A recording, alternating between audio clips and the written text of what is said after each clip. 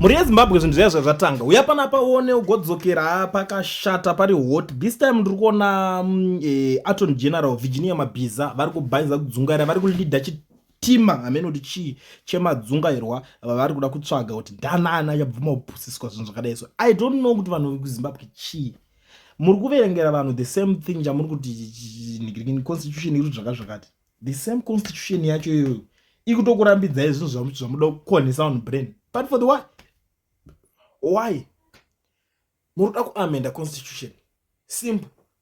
Kana muda kuamenda constitution, pari kunzi chiko apa pa section 328 iri kuti chi, it clearly states certain parts of the constitution cannot be amended by parliament alone. They require approval through a national referendum.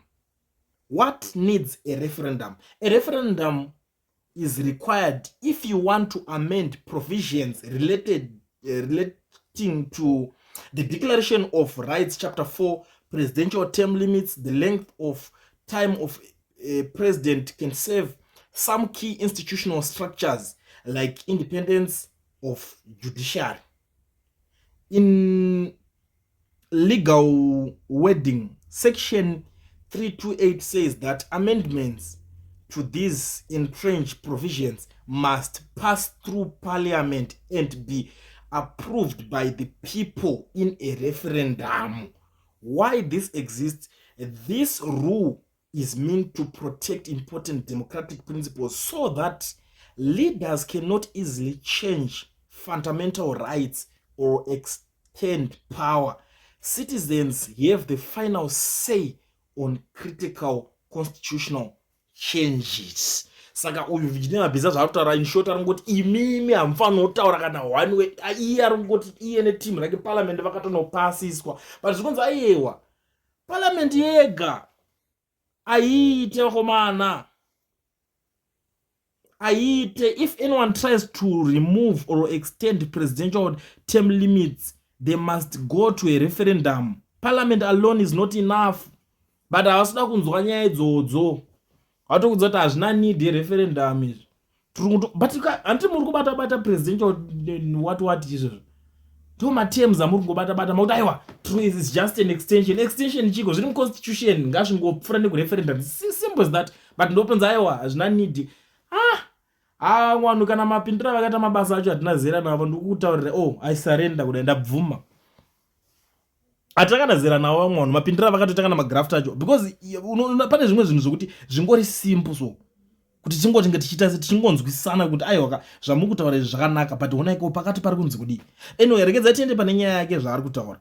Attorney General Miss Virginia Mabhiza has dismissed call for a referendum on the proposed constitutional changes, saying the demands are not grounded in law but are instead driven by political motives. In an interview, Miss Mabhiza said the constitution clearly stipulates the circumstances under which a referendum is required, reiterating that the current amendments do not meet that threshold. Section 328 subsection 6 is deliberate and precise in that it reserves the ultimate democratic veto, the national referendum, for only 3 narrowly denied categories of amendment. Any bill that touches Chapter 4, the Declaration of Rights, Chapter 16, agricultural land, or Section 328 itself, in every other case, once a constitution bill secures the required 2/3 majority in both houses of parliament, it must be forwarded to the president for assent, she said. Ms. Mabhiza said this design by the legislature is deliberately framed with constitutional wisdom to shield the most fundamental rights and lend provisions from alternative without a referendum. She said Constitutional Amendment Number 3 Bill 2026 touches none of the protected chapters or section, and hence no referendum is regarded or permitted. I should emphasize that the constitutional basis for proceedings without a referendum is neither an option nor a loophole.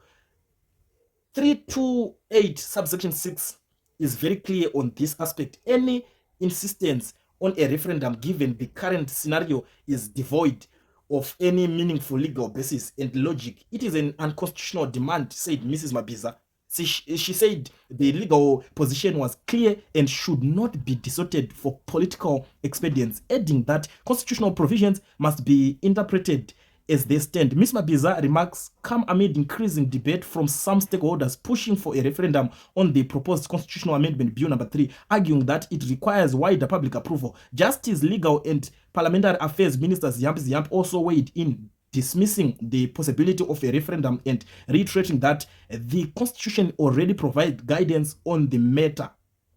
Yeme varitoda kukutsirana chinhu ichi, uyakabata neuko uyakabata neuko, vatotira kuda kuidamburirana. But guys, imimi handisi kuramba zvinosizvo vari kutaura. Problem yavo iri pakuti chii vanhu ava, ndo pane nyaya chete. Problem yavo ndei, ngavangotaura kuti haisisu problem yedu ndei kuti zvakati nyaya inobva yangu, I think nyaya inobva yangogadzirisika yatopere. Because pamwe pacho ngotaura kuti inini ndine problem nechinhu ichi pakuti chakati because ndimi muri pasenda makabata chinhu chacho kudhara, magara muri kutodhinga zvinhu. Vanhu vobva vangochemera kuti ngachingoenda kureferendum ka vanhu vangoona kuti zvinhu zvoita sei. Kana muchiziva kuti muri kuita zvinhu zviri bhoo zviri kudiwa navanhu, muri kuvhunduka kutanga kudefenda. Munhu wese angoti aiwa referendum mai. Zvirambe ngazvanyarirwa futi zviri kuti referendum musuno apa. Panga paunzi Jonathan Moyo, because Jonathan Moyo ari kunzi iye is the author of this whole thing chiri kuitika chese kuti anzo mozodai modai anga ari kutaura nyaya pakubvondorana naRutende Matunyarara pachinzi haana kupiwa mari yake anga akashandira kuita chinhu ichocho, saka pakunyararwa manje nyaya iyo. Avanga kutofunga kuti you never know, mangwana anomuka kuti referendum inodiwa ipapo. You never know, mamwe acho maprofesa angore mazita.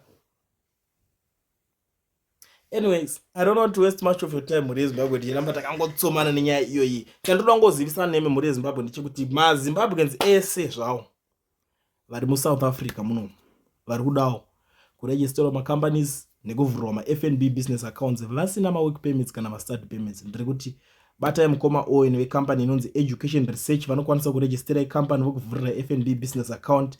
Muri kwamuri ikoko, vari kwavari ikoko, hamunide kutravela kuenda kwavari. No work permit, no problem. Education Research is the solution. Vanobatika panhamba dziri kubuda pascreen. Garai mataura navo, vakubatsirei, vanokuitirai zvinhu zvenyu. Ipapo mangwana unozodei.